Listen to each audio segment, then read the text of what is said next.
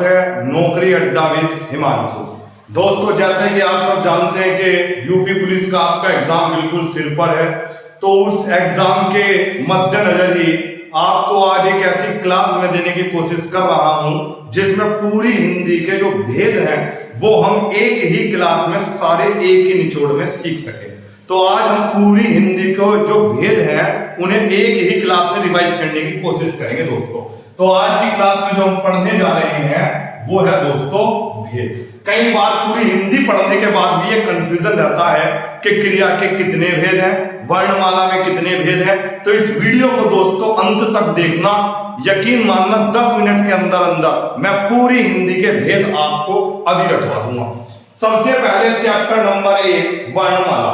वर्णमाला में भेद है दोस्तों टोटल 52, 13 जिसमें स्वर माने गए हैं, 39 व्यंजन। वर्णमाला में एक सेकंड दोस्तों, यहां पर थोड़ा सा कंफ्यूजन है।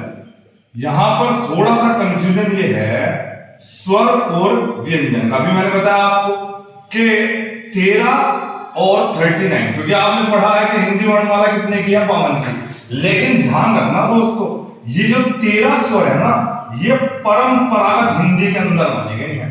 परंपरागत हिंदी के अंदर 13 स्वर माने गए हैं। लेकिन अगर मैं स्वर की बात करूं तो स्वर की संख्या हिंदी में 11 है दोस्तों। कुल स्वर अगर पूछ ले तो भी हिंदी के अंदर कितने आएंगे दोस्तों, 11। तो यानी कि हिंदी ने जो स्वर एक्सेप्ट किए हैं वो कितने एक्सेप्ट किए हैं, 11। और व्यंजन जो एक्सेप्ट किए हैं वो किए हैं 33, ना कि 39।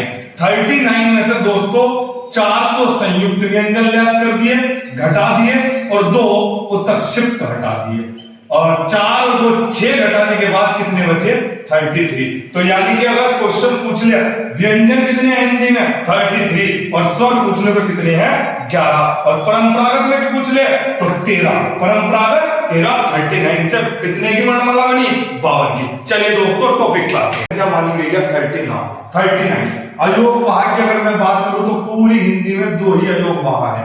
अब सर ये अयोग वाहक कौन कौन से होते हैं, तो बेटा मैंने वर्णमाला की जो आपको क्लास इससे पहले पढ़ाई है चैनल पे, तो वहां ये सब आपको डिटेल से भी अवेलेबल है, आप डिटेल से भी पढ़ सकते हैं।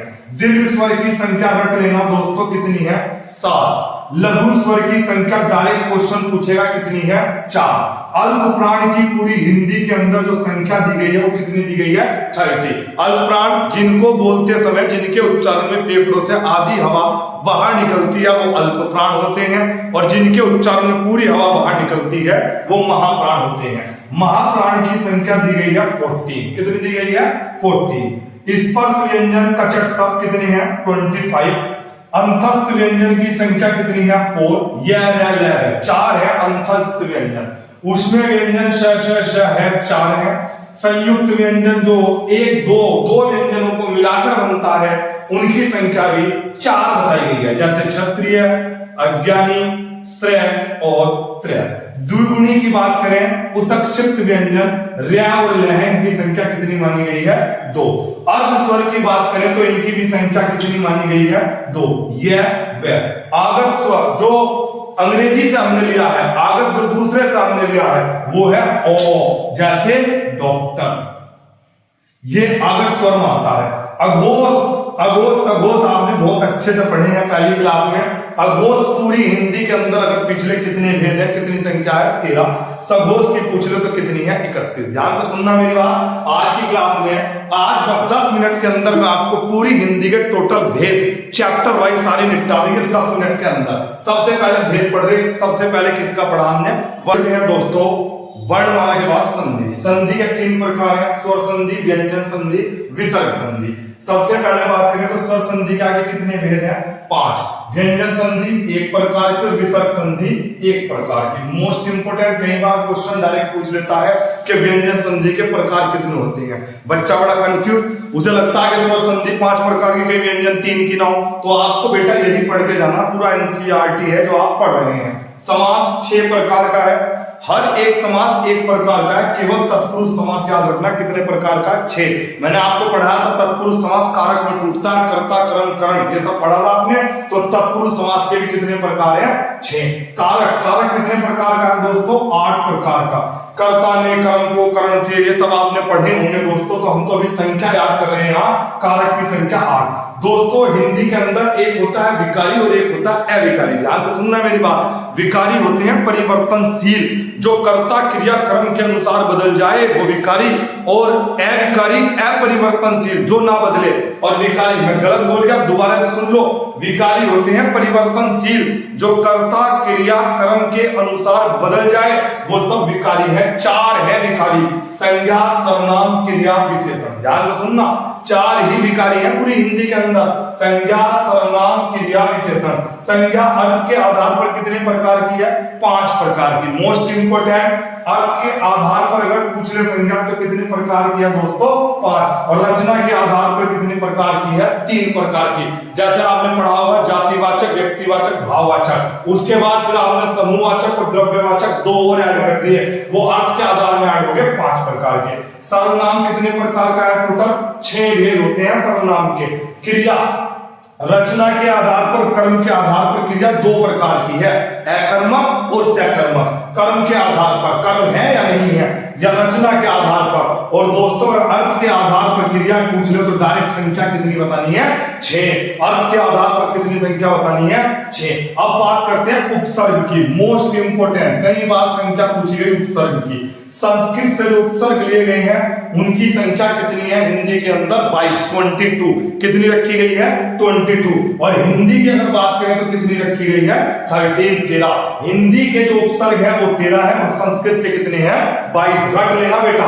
प्रत्यय 2 प्रकार के होते हैं, 2 प्रकार के प्रत्ययों का हिंदी में उल्लेख मिलता है। लिंग 2 प्रकार के हैं, स्त्रीलिंग और पुल्लिंग। संस्कृत में यही 3 प्रकार के हो जाते हैं, एक ऐड हो जाता है नपुंसकलिंग। कौन सा ऐड हो जाता है, नपुंसकलिंग। तो लिंग 2 ही प्रकार के हैं, स्त्रीलिंग और पुल्लिंग। वचन 2 प्रकार का है इसमें, एक वचन, बहुवचन, द्विवचन जो है वो संस्कृत में है, यहां नहीं है बेटा, कंफ्यूज मत होना।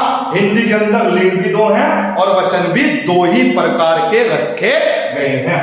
अविकारी, अभी मैंने यहाँ क्या बताया, विकारी जो कर्ता क्रिया कर्म के अनुसार बदल जाए वो विकारी है, और जो कर्ता क्रिया कर्म के अनुसार न बदले वो क्या है, अविकारी। और अविकारी की संख्या कितनी है दोस्तों, 4। यह आपने डिटेल में सारे पढ़ रखे हैं। अब इस वीडियो में इतना समय नहीं है कि इन्हें खोलकर सारा बताया जाए। तो मैंने आज की क्लास में अभी तक आपको कितने भेद पढ़ा दिए, 10 चैप्टर के भेद। कितने चैप्टर के, 10। इसके बाद चलते हैं 11वें चैप्टर, वाच्य, कृतवाच्य, क्रमवाच्य, भाववाच्य। संख्या कितनी पढ़ी दोस्तों, 3। क्रिया विशेषण कितने पढ़े, संख्या 4। याद रखना ये अव्यय है क्रिया विशेषण। संबंध बोधक अव्यय कितने प्रकार का है, 14 प्रकार का। रट लो संख्या बहुत अच्छे से, कई बार डायरेक्ट क्वेश्चन ही पूछ लेता है एग्जाम में कि बता बेटे क्रिया विशेषण के भेद कितने हैं, 4, 3, 7, 9। कई बार ये क्वेश्चन पेपर में आते हैं, इसलिए आपके लिए स्पेशल वीडियो बनाई गई है दोस्तों।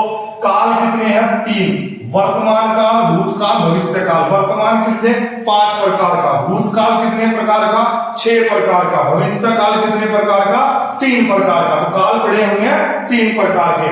रस की बात करें तो रसों की संख्या नॉर्मल मानी जाती है 9। अगर डायरेक्ट आपसे पूछ ले रस की संख्या तो याद रखना 9 पर टिक कर देना।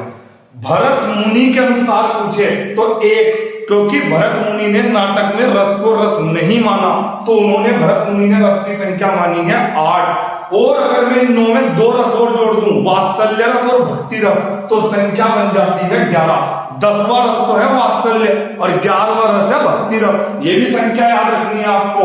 तो कुल रस की संख्या कितनी है, 11। स्थायी भाव पूछे तो 9 के 9 होते हैं। कुल स्थायी भाव पूछे तो 9 और 2 11 हो जाते हैं। रस के अंग कितने हैं, 4। मोस्ट इंपोर्टेंट, रस में विभाव कितने हैं, 2। आलंबन उद्दीपन। सातवीं भाव कितने हैं, 8। कितने हैं सातवीं भाव, 8। संचारी भाव जो मन में संचरण करते रहते हैं, आते रहते हैं, वो कौन से कहलाते हैं, 33।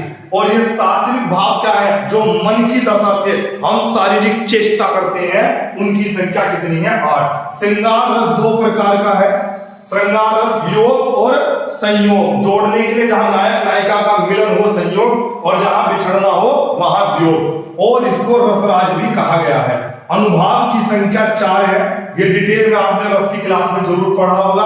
अलंकार हमारा 3 प्रकार का होता है। कितने भेद हैं अलंकार के? 3। और छंद की संख्या कितनी रखी गई है? 3। मात्रिक, वर्णिक, मुक्तक। समझ में आया? तो आज की क्लास में हमने हिंदी के 19 चैप्टर एनसीईआरटी के अनुसार किसके कितने भेद हैं इसकी चर्चा इस वीडियो में करी है।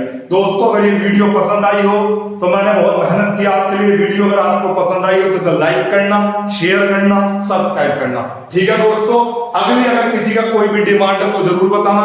जल्दी दोस्तों अगली वीडियो अपलोड करेंगे नए जोश के साथ। मिलते हैं दोस्तों नए जोश के साथ। थैंक